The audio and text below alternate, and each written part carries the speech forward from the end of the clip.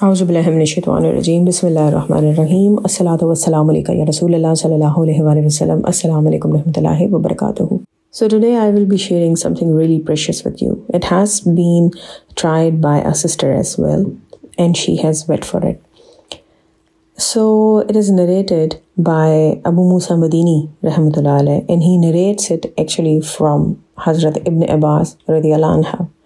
That Prophet sallallahu alaihi wasallam said that any Muslim who will pray 2 nawafil on a Friday night in such a way that in every rak'ah after Surah Fatiha, one recites Surah Ikhlas 25 times and later recites this Salawat, Sallallahu ala Muhammadin Nabiyyil Ummiji 1000 times, he will see me in the dream. And the one who sees me in the dream, Allah subhanahu wa ta'ala will forgive his sins.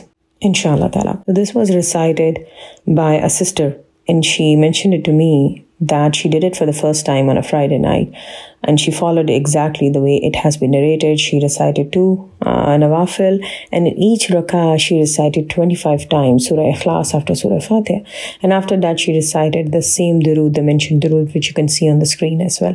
And she said the same night when she slept, she was lucky enough to see Prophet sallallahu alaihi wasallam.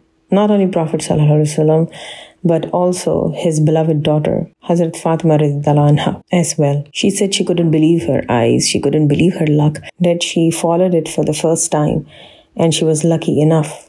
Definitely, Allah subhanahu wa ta'ala accepted her prayers and blessed her with this precious gift.